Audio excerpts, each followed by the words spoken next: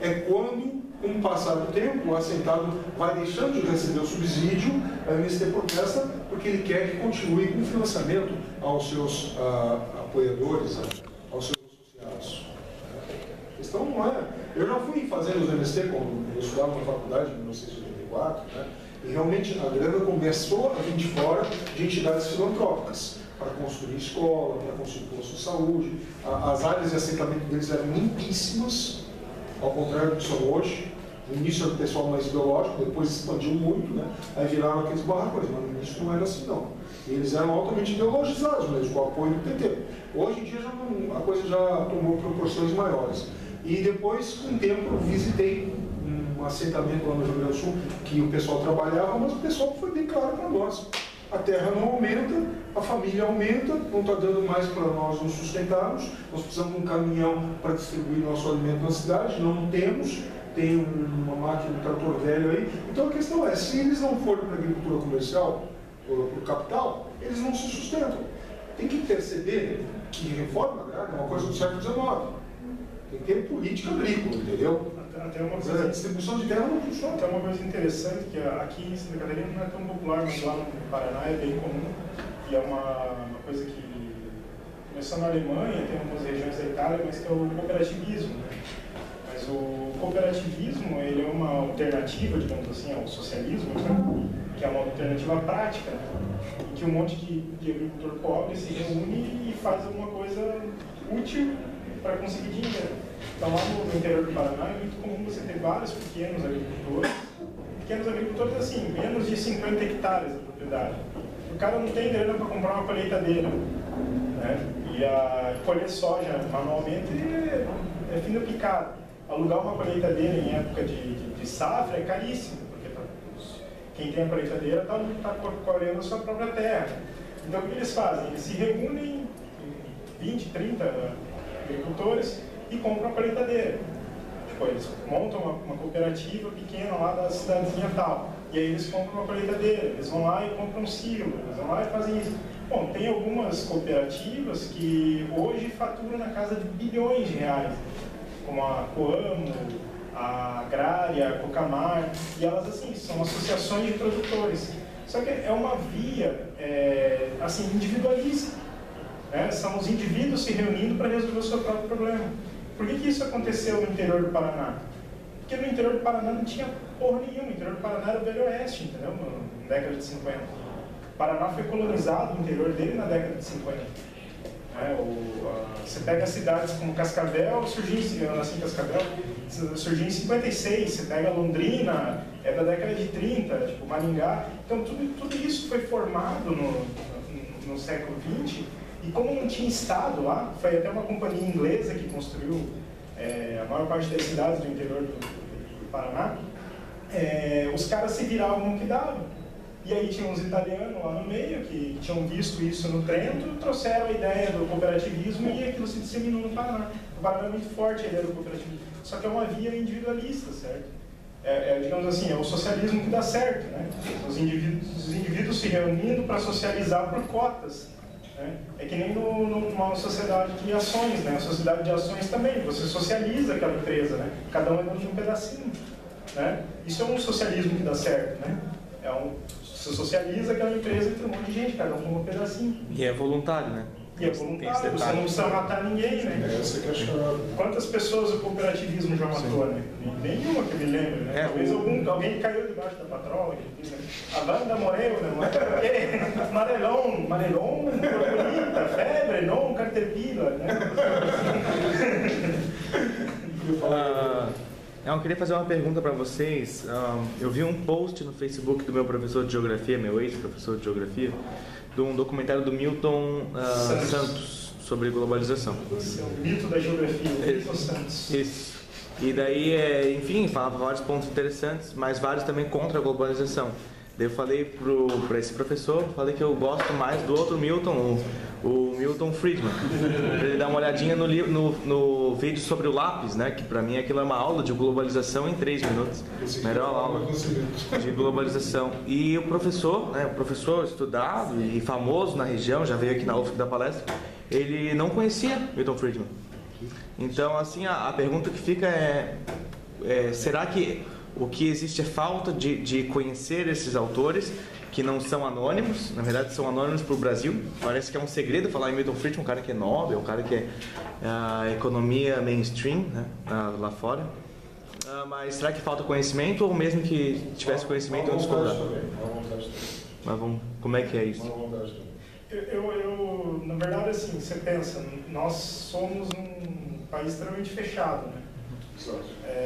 Isso é uma coisa meio triste, assim, mas você vê o livro da Jane Jacobs mesmo, né? A Jane Jacobs escreveu em 1960 A Morte e Vida das Grandes Cidades Americanas, né? Ele foi um marco na história da arquitetura e do urbanismo, né? Esse livro. Ele foi traduzido para o português em 2003. Em 2003 ele foi traduzido para o português. Logo que ele foi traduzido, passou um tempo, eu vi o livro, li, me interessei muito pelo tema, gostei e tal, fiz uma resenha no meu blog e tal. Ela é a resenha mais acessada do meu blog, ela tem mais de 10 mil acessos. Assim. Tem um monte de estudante de arquitetura que acessa do lado da professor de arquitetura. Fazer um resumo de uma coisa que você aqui. Para não ler, né? Eu já conversei com muito arquiteto, porque eu, apesar de ser um liberal convicto, eu trabalho no governo, como um bom brasileiro, né? Oi? Conhece o Ron Swanson? Parks and Recreation é um seriado americano que tem um anarquista que trabalha no governo e está lá para sabotar. Boa desculpa, pode ser que é isso que eu faço. Mas ele, então, eu já conversei com vários arquitetos que nunca ouviram falar da Jane Jacobs. E assim, a mulher é extremamente importante na arquitetura mundial.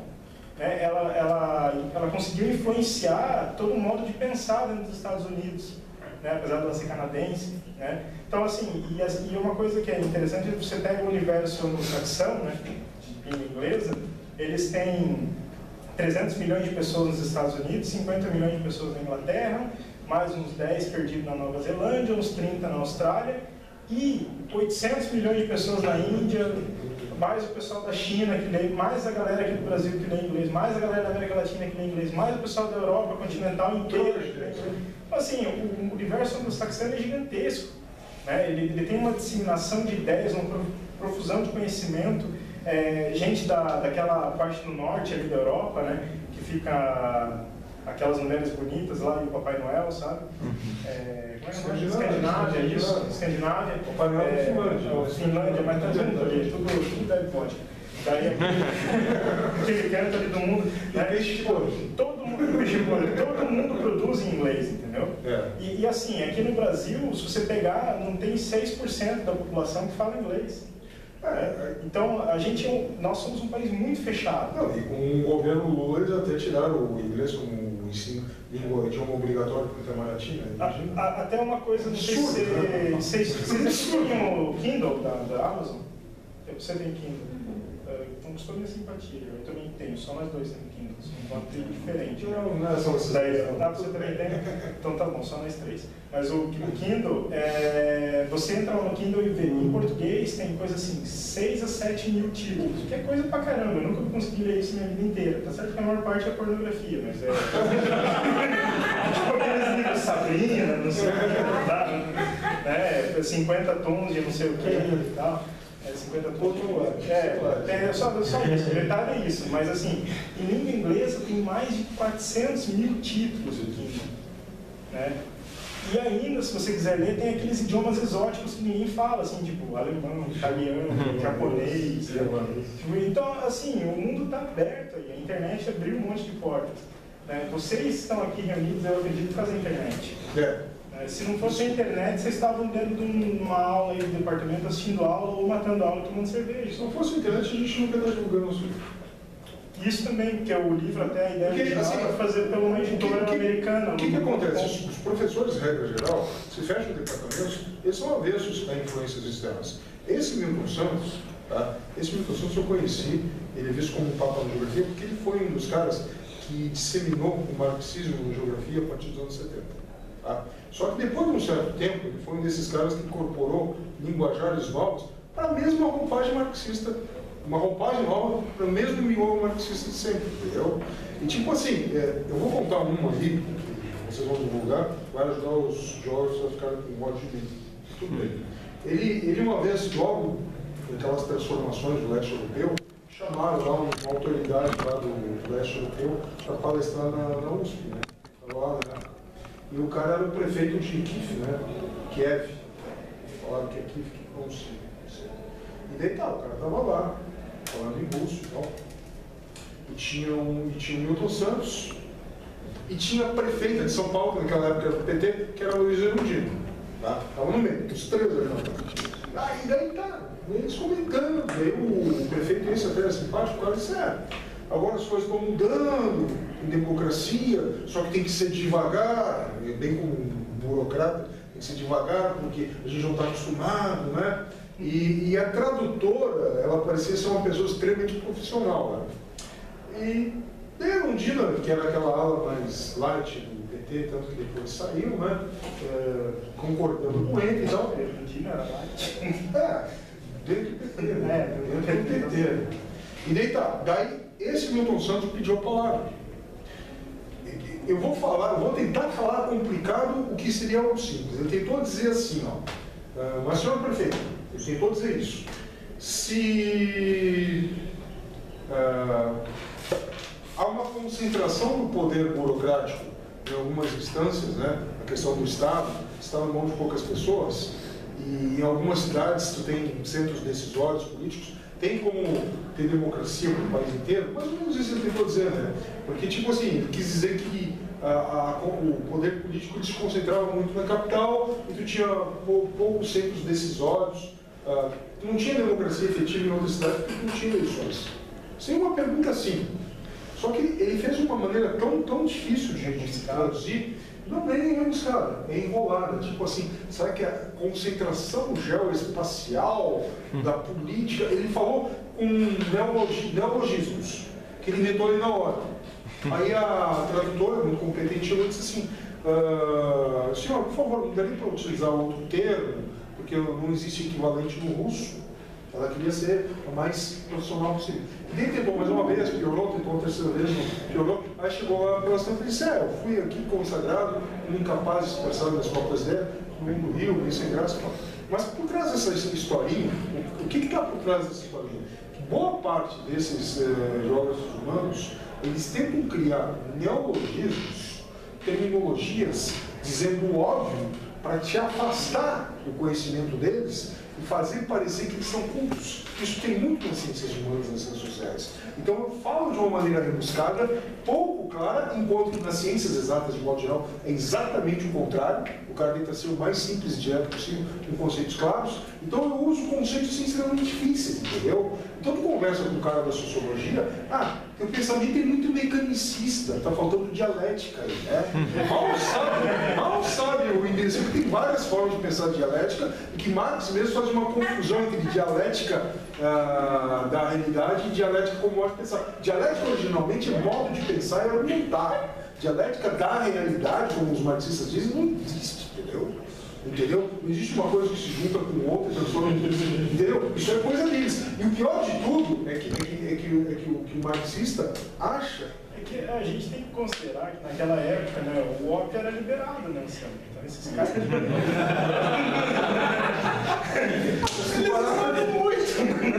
Não, você está sendo muito... Está sendo muito legalista. Quem disse que hoje eles não usam? Não, tudo bem, mas é que eles usavam o ópio e dava uma confundida e tal, daí tipo ele virava o outro, entendeu? A síntese do outro, né? Tese, antítese. Realmente é muito obscura a linguagem marxista em geral, assim. É o pai, né, que começou com isso. E se simplificar, vão ser desmascarados. Então tem que parecer complexo e profundo. Tem um livrinho que eu li que foi o melhor que eu li para criticar Marx.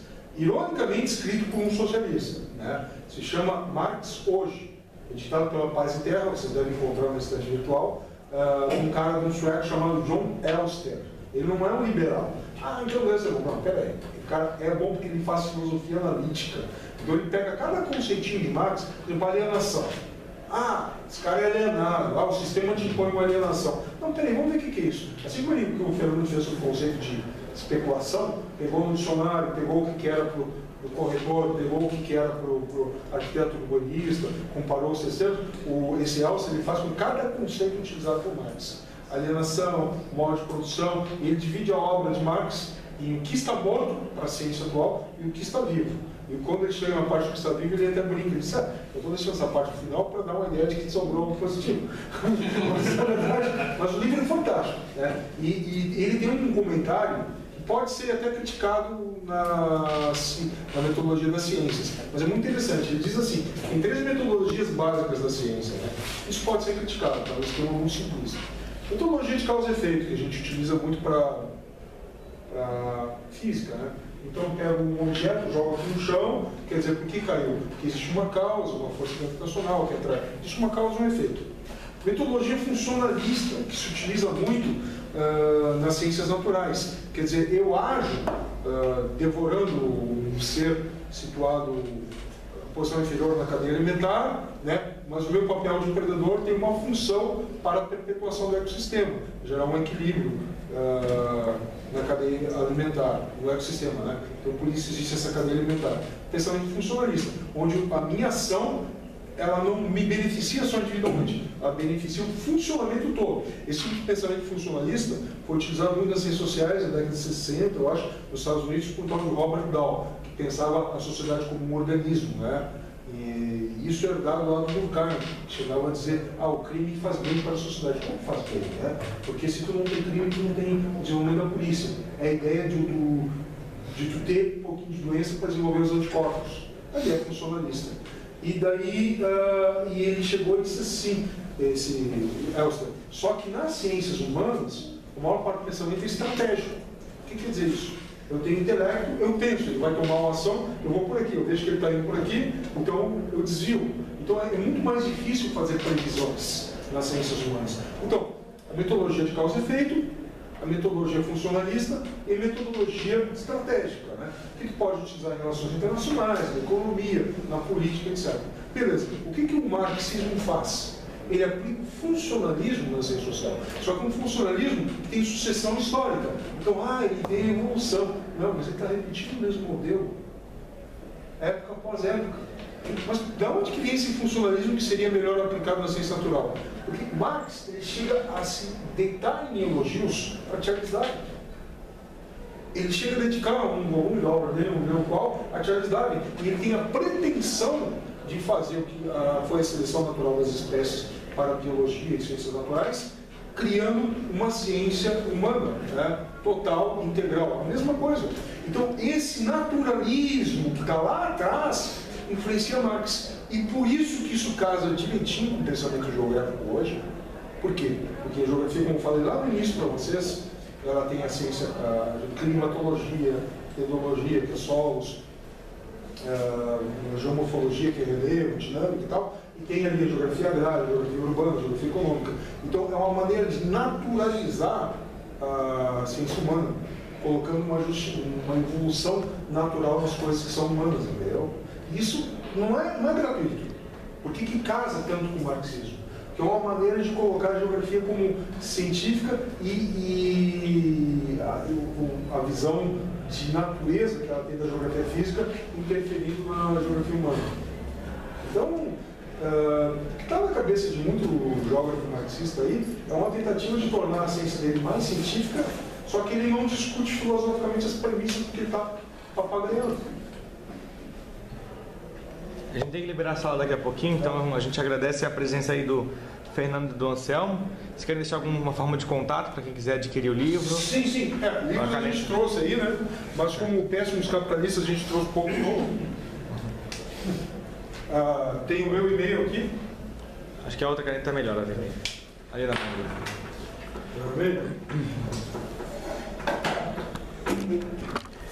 Na última palestra que a gente fez, eu estava com uma camiseta azul com uma estrela. Daí o Anselmo tirou sarro de mim que eu estava como um criptopetista, né?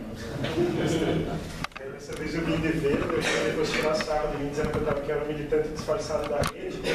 Ele não usou a deixa, então... Ok. Muito obrigado pela presença de vocês. Peço uma salva. Obrigado a vocês.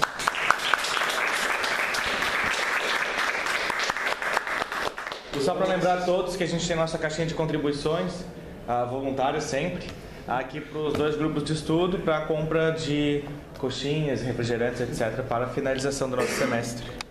Então, quem tiver condições e quiser.